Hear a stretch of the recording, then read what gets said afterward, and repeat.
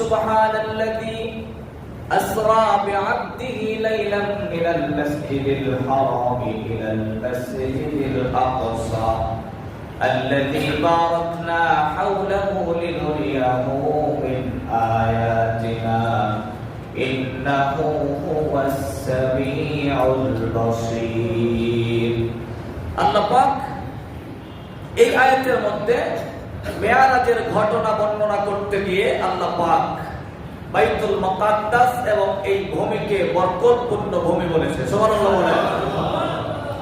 আরো 4 জায়গা আছে, আমি খুব অনেক লম্বা আলোচনা খুব শর্ট করে যাব।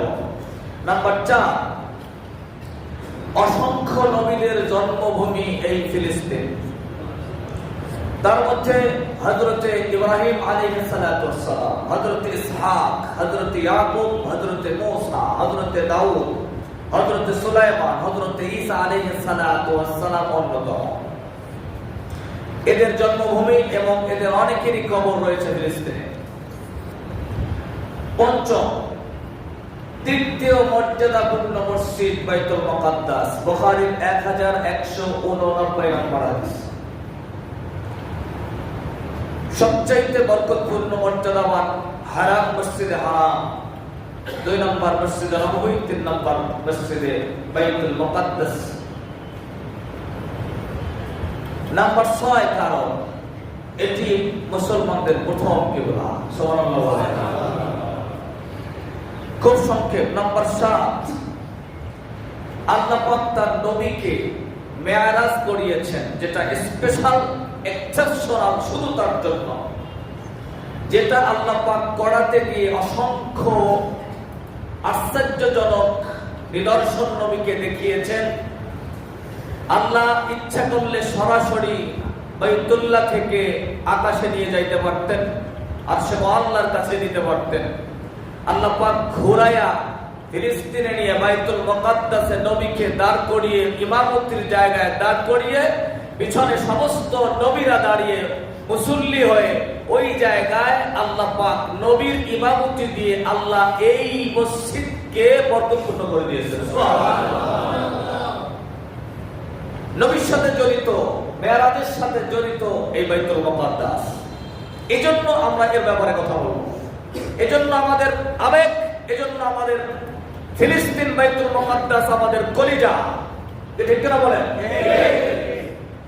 আসেন নাম্বার 7, আল্লাহর নবী মুসনাদে আবু ইয়ালা 7088 নম্বর হাদিস।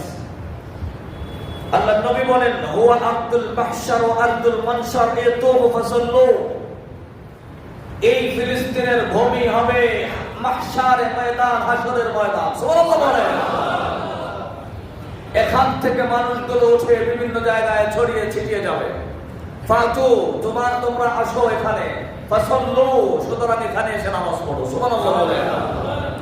নাম্বার 8, এই জায়গায় সালাত আদায়কারী, জিয়ারাতকারী যারা, তাদের জন্য স্পেশাল দোয়া, তাদের জন্য কি স্পেশাল দোয়া করেছেন হযরতে মূসা আলাইহিস সালাতু ওয়াস সালাম।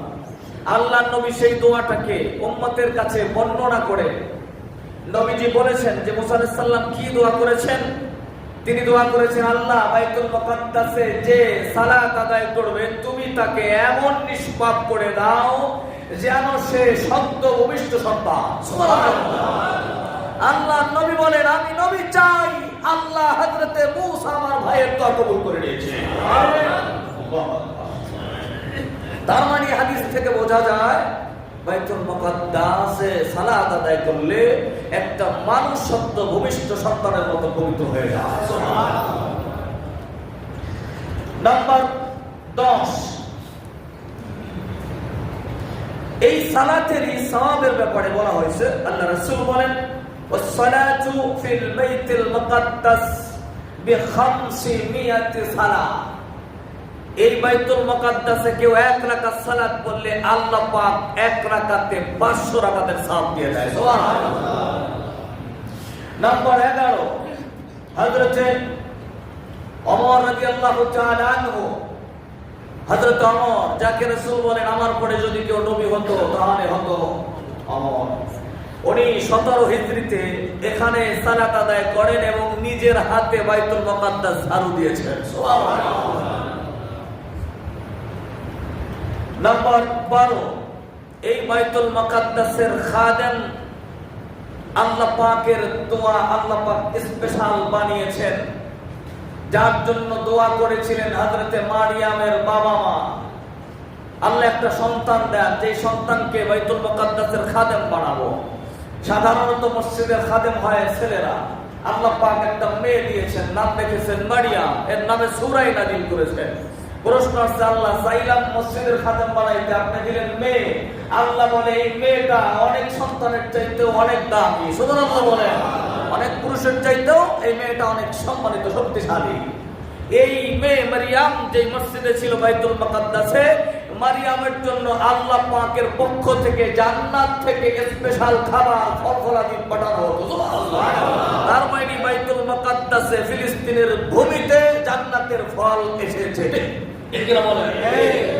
এরপরে নাম্বার 12, আল্লাহ পাক বলেন, আল্লাহর রাসূল বলেন, ইবনে মাজাহ 3001 নম্বর হাদিস, আল্লাহর নবী বলেন, কেউ যদি এই বাইতুল মুকাদ্দাস থেকে ইহরাম বেঁধে উমরা করতে যায় বাইতুল্লাহ, আল্লাহ পাক রব্বুল আলামিন তার জীবনের সব গুনাহ মাফ করে দেয়। সুবহানাল্লাহ। আরো অনেক আছে, বলতে গেলে সময় চলে যাবে। 12টা বললাম আজকের, সংক্ষিপ্ত এক কথায় এই 12টা কারণে আমাদের কাছে ফিলিস্তিন বাইতুল মুকাদ্দাস এটি আবেগের জায়গা। এর জন্য প্রয়োজন হলে আমাদের রক্ত বিন্দুটা ঢেলে দিব। রাজি আছে?